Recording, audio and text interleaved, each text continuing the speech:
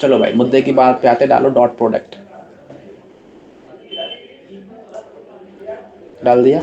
Dot product का मतलब क्या होता है, मेरे पास अगर कोई दो वेक्टर लिखे हैं, ए वेक्टर डॉट बी वेक्टर, उनका अगर मैं डॉट करता हूं तो क्या आंसर आता है, मॉड ए मॉड बी, क्या आता है, कॉस थीटा। कोई दर्द है यहाँ तक कोई दर्द तो नहीं है। अच्छा मेरे बताओ ये कैसी क्वांटिटी है, ये स्केलर है, ये भी स्केलर है और ये भी स्केलर है, तो ए डॉट बी का प्रोडक्ट कैसा आता है, एक स्केलर क्वांटिटी आती है। यहाँ तक तो कोई दर्द नहीं है, पक्की बात है। अच्छा मुद्दे की बात क्लियर हो गई। मैंने कहा ए वेक्टर का मतलब क्या है, ए वेक्टर है A one I cap plus का A two J cap plus का ए थ्री के कैप, और बी वेक्टर का मतलब क्या है, B one I cap plus का B two J cap plus का बी थ्री के कैप। तो मैं अगर तुमसे बोलूँ कि बेटा मेरे को एक बात बताओ, अगर मैं ए वेक्टर में आई का मल्टीपल करूंगा तो क्या आंसर आएगा। अच्छा ध्यान से सुनो, मैंने कहा आई डॉट आई का आंसर कितना आता है, 1। जे डॉट जे का आंसर कितना आता है, 1। के डॉट के का आंसर कितना आता है, 1। आई डॉट जे का आंसर कितना आता है, 0। जे डॉट के का आंसर कितना आता है, 0। के डॉट आई का आंसर कितना आता है, 0। ये बात पकड़ में आ गई। ये क्लास 6 का टॉपिक, 9th का टॉपिक है, इसीलिए मैं इसको थोड़ा फास्ट ले जा रहा हूँ। तो मैंने कहा ए डॉट आई, अगर ए डॉट आई करूंगा तो A one I cap plus A one I into I plus A two J into I plus A three K into I बनेगा। जे इंटू आई जो होगा वो 0 दे देगा, के डॉट आई वो 0 दे देगा, तो ए वन आई डॉट आई वो 1 दे देगा, तो ये ए वन बचेगा केवल केवल। Yes sir. सिमिलरली अगर मैं ए वेक्टर को जे वेक्टर से मल्टीप्लाई करता हूँ तो ए टू देगा। सिमिलरली अगर मैं ए वेक्टर को के वेक्टर से मल्टीप्लाई करता हूँ तो ए थ्री देगा। कोई दर्द यहाँ से। तो इसका मतलब क्या नहीं। हुआ, अगर मैं इन दोनों में इसमें अगर आई कैप को मल्टीप्लाई कराऊँ तो आई कैप यहाँ आ जाएगा, यहाँ पे अगर मैं जे कैप को मल्टीप्लाई कराऊँ तो यहाँ जे कैप आ जाएगा, और यहाँ पे अगर मैं के कैप को मल्टीप्लाई कराऊँ तो यहाँ के कैप आ जाएगा। तो मेरे को बताओ अगर मैं तीनों को सम कर दूं तो आरएचएस मेरा ए बन जाएगा अगेन। हाँ। तो सामने क्या बन जाएगा, A I dot I I cap into plus I cap plus A vector dot J into में J cap J cap plus plus A A into vector में dot J K into cap. में के cap. बात पकड़ में आ गई। अच्छा कल को अगर एंगल 90 बन जाए तो आंसर क्या होगा ए डॉट बी का, 0। 0। बात पकड़ में आ गई। और थीटा 0 है तो 0। बात पकड़ में आ गई, मुद्दे की बात क्लियर है। बेसिक इंट्रो दिया है अभी, बाद में इसको डिटेल में फिर से पढ़ेंगे। क्वेश्चन डालो अगला, क्वेश्चन डालो। लेट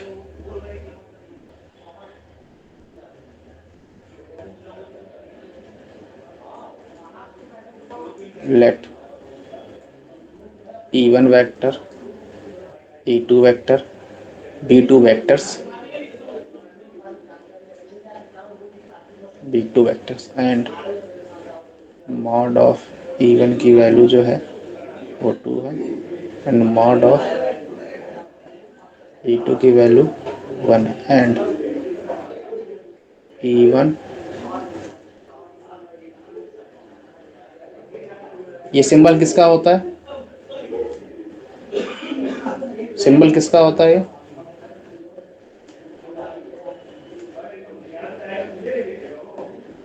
अरे बोलो।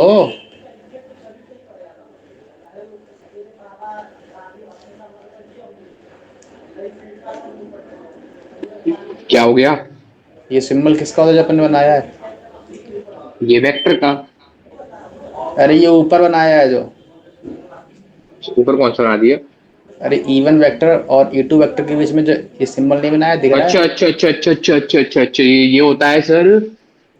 उसका किसका होता है, बताया तो था एक बार। एंगल का। एंगल का हाँ। स्टार्टिंग में बताया था। ये तो नया सिंबल है। कौन सा, अभी जो बनाया है। अरे हट ही नहीं रहा है यार, ये चिपक गया है, हट जा भाई। पूरा बालक समाज डर गया है तुम्हारे चक्कर में, एरो दिखा के। इसको हटा देना है ना। चलो भाई, कह रहा है even vector E two vector कोई दो वेक्टर है, और मॉड ऑफ इवन 2 है, मॉड ऑफ ई टू 1 है, और E1 और E2 के बीच में एंगल कितना है, 60 डिग्री है। तो एंगल बिटवीन V1 वेक्टर और V2 वेक्टर के बीच में, हाँ एंगल बिटवीन V1 वेक्टर और V2 वेक्टर का जो है वो पाई बाई 2 और पाई के बीच में लाई कर रहा है। तो मेरे को रेंज ऑफ टी बतानी है। टी कहाँ पर है? टी मेरा 2t E1 प्लस 7E2 है, बात पकड़ में आ रही है। और यहाँ पे E1 plus T times E2 है, बात पकड़ में आ रही। अच्छा, मुद्दे की बात अपन ने छोड़ दी थी। मैंने कहा अगर मैं A vector dot B vector equals to mod A mod B cos theta लिखता हूँ। ये मेरे पास पॉजिटिव क्वांटिटी है, ये मेरे पास पॉजिटिव क्वांटिटी। मैंने कहा कॉस थीटा अगर मेरे पास 0 से लेके पाई तक हुआ तो आंसर क्या आता है? बताओ भैया, सुनो ध्यान से। मेरे पास कॉस थीटा ग्राफ ऐसा बनता है, तो 0 से लेके π/2 तक तो ग्राफ ऊपर है एक्स एक्सिस से, तो पॉजिटिव रिजल्ट आता है। लेकिन π/2 से पाई तक निगेटिव रिजल्ट आता है। तो आता है π/2 से पाई तक कैसा रिजल्ट आएगा? ए डॉट बी का प्रोडक्ट नेगेटिव। नेगेटिव आएगा कब? जब थीटा लाई करेगा π/2 से लेके पाई तक। और अगर पॉजिटिव आएगा कब? जब थीटा लाई करेगा 0 से लेके π/2 तक। बात पकड़ में आ गई? यहाँ तक कोई दर्द है? नोट डाउन हो गया? Clear note? बात पकड़ में आ रही है कि नहीं नहीं आ नहीं, रही? हटाना मत हट गया सर, रुक आपको? जाओ रुक जाओ, नहीं नहीं नहीं, बैक बैक।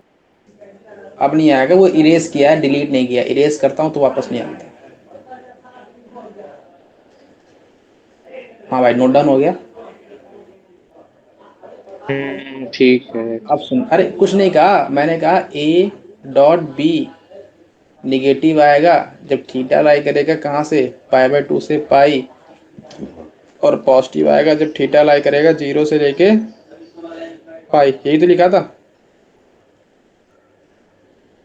अब लिख यस लिया? Sir, yes.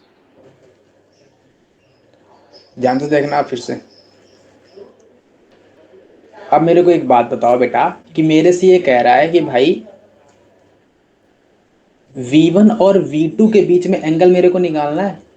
V1 और V2 के बीच का जो एंगल है वो π/2 और पाई के बीच में लाई कर रहा है। मतलब V1 डॉट V2 कैसा आएगा? नेगेटिव की पॉजिटिव? बोलो बोलो बोलो बोलो। V1 डॉट V2 कैसा आएगा? नेगेटिव की पॉजिटिव? अगर उनके बीच का एंगल π/2 से पाई के बीच में लाई कर रहा है, नेगेटिव आएगा। बात पकड़ में आ गई? V1 है क्या सर? V1 मेरा 2t E1 वेक्टर प्लस का 7 टाइम्स E2 वेक्टर इंटू में E1 वेक्टर प्लस का t टाइम्स E2 वेक्टर है। यहाँ तक कोई दर? ये निगेटिव होगा।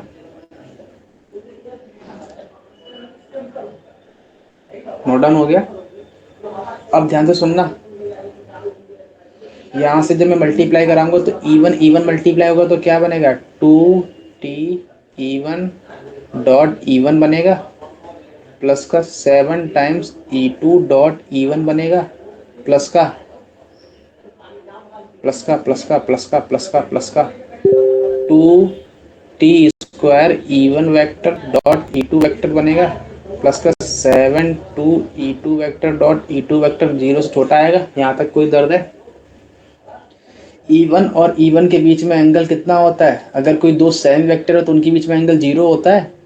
मैंने कहा ए वेक्टर और ए वेक्टर के बीच में एंगल बताओ, सेम ही तो है, 0 एंगल होगा।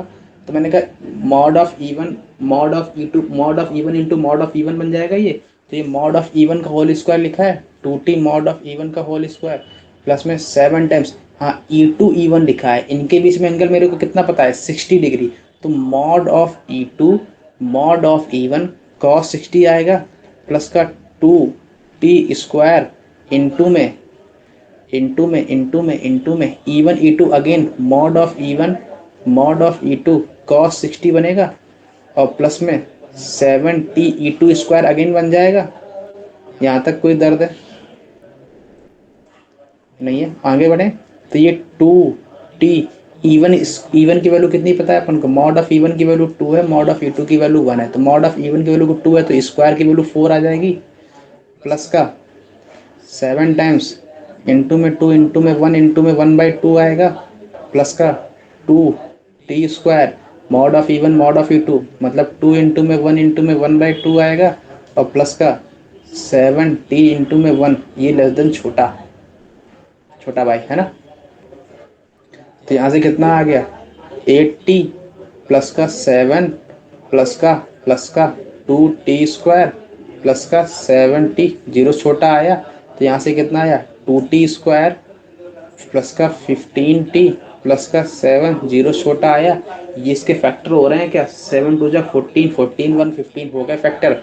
तो 2t² प्लस का 14t प्लस का t प्लस का 7, 0 छोटा आया, तो यहाँ से 2t t प्लस 7 आया और प्लस का 1 t प्लस 7 आया, 0 छोटा, तो t की वैल्यू एक माइनस का 1/2 आई, एक कितनी है माइनस का 7, तो t की वैल्यू मेरे को निगेटिव चाहिए, तो माइनस का 7 और माइनस का 1/2, तो यहाँ से निगेटिव चाहिए तो ये रिजल्ट आएगा निगेटिव वाला, प्लस माइनस प्लस, तो t की वैल्यू लाई करेगी -7 से -1/2 तक। कोई दर्द है यहाँ तक? अब ध्यान से सुनना, कभी भी ऐसा क्वेश्चन आए हमेशा इसकी एंड पॉइंट पे वैल्यू जरूर चेक कर लेना। ये पाई है ना, पाई पे अगेन वैल्यू मेरे को चेक करनी है, बात पकड़ में आ गई। अब सुनना, अगर मैं थीटा यस बराबर सर। पाई लेता हूँ, थीटा बराबर पाई, अगर मैंने थीटा बराबर पाई ले लिया तो V1 और V2 के बीच में एंगल कैसा हो गया, पाई हो गया। मैंने कहा अगर मैं थीटा बराबर पाई लेता हूँ, इफ थीटा बराबर पाई लिया तो V1 और V2, V1 इधर भागेगा और V2 इस तरफ भागेगा, क्योंकि दोनों का एंगल पाई बाई पाई बन गया है, तो एक अपोजिट रहेगा लेकिन पैरेलल रहेंगे। बात पकड़ में आई कि नहीं आई? एक इस तरफ भागेगा, एक इस तरफ भागेगा, लेकिन है तो पैरेलल, क्योंकि एंगल 90 डिग्री नहीं है, 180 है, तो V1 पैरेलल रहेगा V2 के। यहाँ तक कोई दर्द है तो बोल लो, बोल लो, नहीं बोल है। लो। अगर ये V1 और V2 पैरेलल होते तो उनका रेशियो इक्वल आता है, ये मैंने बात बताई कि नहीं बताई? याद करो, याद करो, याद करो, याद करो, याद करो। मैंने कहा V1 और V2 अगर पैरेलल हैं तो E1 का मल्टीपल और यहाँ पे E1 का मल्टीपल, इनका रेशियो 2t/1 इक्वल आएगा किसके, 7/t के। बात पकड़ में आ गई? हाँ यहाँ से 2t² की वैल्यू कितनी आई, 7 आई, तो t की वैल्यू +-√7/2 आ गई। ये बताओ मेरे को, इसने पाई इंक्लूड किया है कि नहीं किया है? नहीं किया है ना पाई इंक्लूड। अगर पाई इंक्लूड नहीं किया तो ये वैल्यू इंक्लूड नहीं होनी चाहिए। अब मेरे को जरा ये चेक करके बताओ कि इस वाले इंटरवल में +-7/√2 आ रहा है कहीं भी, +-7/√2? सर प्लस वाला तो नहीं आ रहा है लेकिन माइनस वाला आ रहा है, तो मेरे को ये वाली वैल्यू हटानी पड़ेगी। तो यहाँ से ये वाली वैल्यू हटा दो, कौन सी, -7/√7/2। बात पकड़ में आ गई? इजी था कि डिफिकल्ट था? तो आंसर क्या आया, t belongs to -7 to -1/2 minus का √7/2। नोट डाउन हो गया? इजी था? इजी तो था, लेकिन एक दो बार करना पड़ेगा। तो ऊपर कर दो।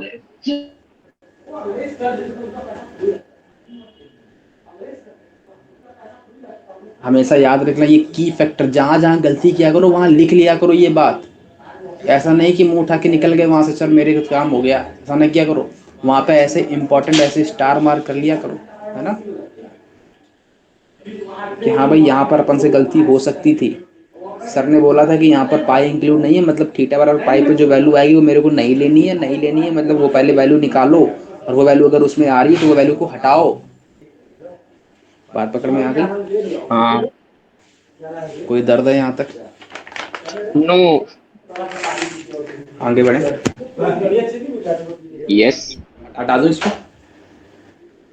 हाँ हाँ हाँ। हाँ भाई, समझ में आ रहा है? Yes sir. अगला question, if A vector and B vector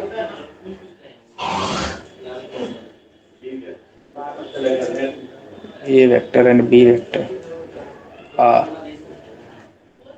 unit vector, then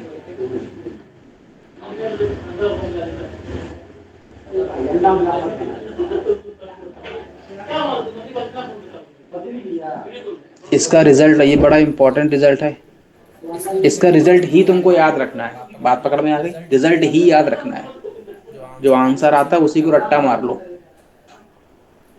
है ना। चलो भाई, क्या कह रहा है, ध्यान से पढ़ो। ए वेक्टर बी वेक्टर कैसे वेक्टर हैं? यूनिट यूनिट वेक्टर है, और यूनिट वेक्टर है तो इनका मॉड कैसा आएगा? एक। 1 आएगा। तो बताओ अगर मेरे को इसकी वैल्यू निकालनी है तो इसका इलाज क्या है? स्क्वायर। बोलो। स्क्वायर में लगा के मैं ऐसा लिख दूं, स्क्वायर किया मैंने तो मेरे पास क्या आएगा? ए स्क्वायर आएगा प्लस का बी स्क्वायर आएगा और माइनस का 2 times mod A dot B आएगा। यहाँ तक कोई दर्द हो तो बोल दो। यहाँ से क्या आ जाएगा? ए माइनस का बी का होल स्क्वायर, मॉड ए की वैल्यू 1 प्लस 1 माइनस का 2 इंटू 1 थीटा कितना आएगा? कॉस थीटा आएगा। थीटा नहीं पता तो कॉस थीटा लिख दो। तो यहाँ से अब मेरे को मॉड ऑफ ए माइनस का बी चाहिए था ना, तो मैं उस तरफ क्या लगा दूँ? रूट लगा दूँ। तो ये 2 - 2 कॉस थीटा आ गया। यहाँ से 2 कॉमन आ रहा है तो देखो 1 माइनस कॉस थीटा बनेगा। तो 1 माइनस कॉस थीटा को मैं क्या लिखूंगा? 1 माइनस का 2 साइन स्क्वायर थीटा। तो ये 2 वाला जो है वो प्लस बन जाएगा और ये 1 से 1 कट जाएगा तो 2 और 2 4 बन जाएगा। तो बाहर 2 आ जाएगा, अंदर साइन स्क्वायर थीटा है तो साइन थीटा बाई 2 आ जाएगा। बात पकड़ में आ गई? तो mod of A vector minus B vector की वैल्यू कितनी आई? 2 साइन थीटा बाई 2। ये इंपॉर्टेंट रिजल्ट हैं। क्लियर है? Similarly mod of A plus B की वैल्यू कितनी आएगी जरा देख के बता दो। यहाँ पे अगर ए प्लस बी है तो यहाँ प्लस आ जाएगा, यहाँ पे प्लस आ जाएगा, यहाँ पे प्लस आ जाएगा, यहाँ पे प्लस आ जाएगा।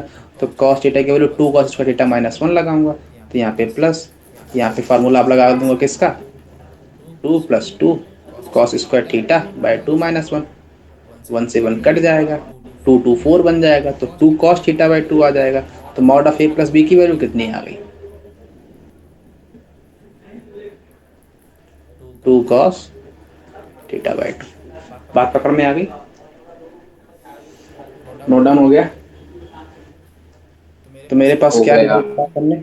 ए वेक्टर माइनस बी वेक्टर की वैल्यू कितनी आती है? 2 साइन थीटा बाई 2। और ए वेक्टर प्लस बी वेक्टर की वैल्यू कितनी आती है? 2 कॉस थीटा बाई 2। जिसमें ए वेक्टर और बी वेक्टर का मॉड कितना होता है? बात पकड़ में आ गई? कोई दर्द है यहाँ तक? नहीं है। अगर मैं तुमसे एक क्वेश्चन बोलूं कि बेटा ये बताओ, if a vector and b vector are unit vector, then find maximum value of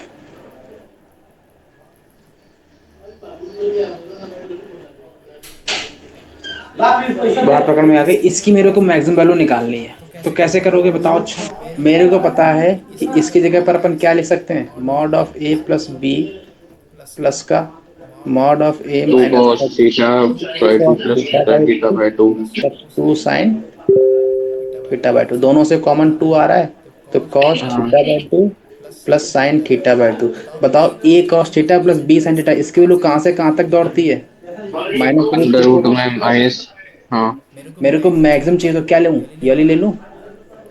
हाँ। तो आंसर क्या आएगा? 2√2 मैक्सिमम। ओ।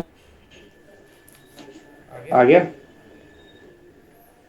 कोई दर्द है यहाँ तक? आगे बढ़े, जल्दी बोलो, अभी बहुत पढ़ाना है। नहीं नहीं, हो गया हो अगला क्वेश्चन बहुत ही प्यारा, बस 1 लाइनर है। समझ जाओ तो बढ़िया है, नहीं समझ पाओ तो घटिया है। फिजिक्स पढ़ते हो कि नहीं पढ़ते हो?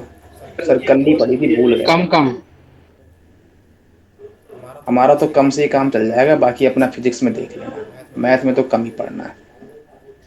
फिजिक्स ही पढ़ा दो sir. Incident ray is along with unit vector v vector and reflected ray is, ये क्यों बन रहा है बार बार? reflected ray is along with unit vector W cap, the normal is along with unit vector A outward express W vector in terms of A vector and B vector. हाँ भाई, note down हो गया? बोलो भैया।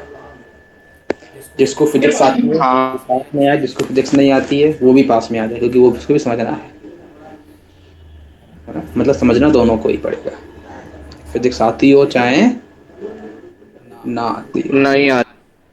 लेकिन मैं तो पढ़ाऊंगा और ऐसा पढ़ाऊंगा कि चाहे फिजिक्स आती हो चाहे ना आती हो, दोनों भूल जाएगा वो।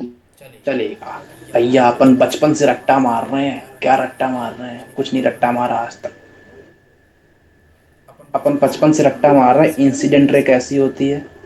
कुछ ऐसी आती है, और रिफ्लेक्टेड रे ऐसी जाती है। ये रट्टा मार रहा है, इतना तो मार ही होगा रट्टा, मारा है।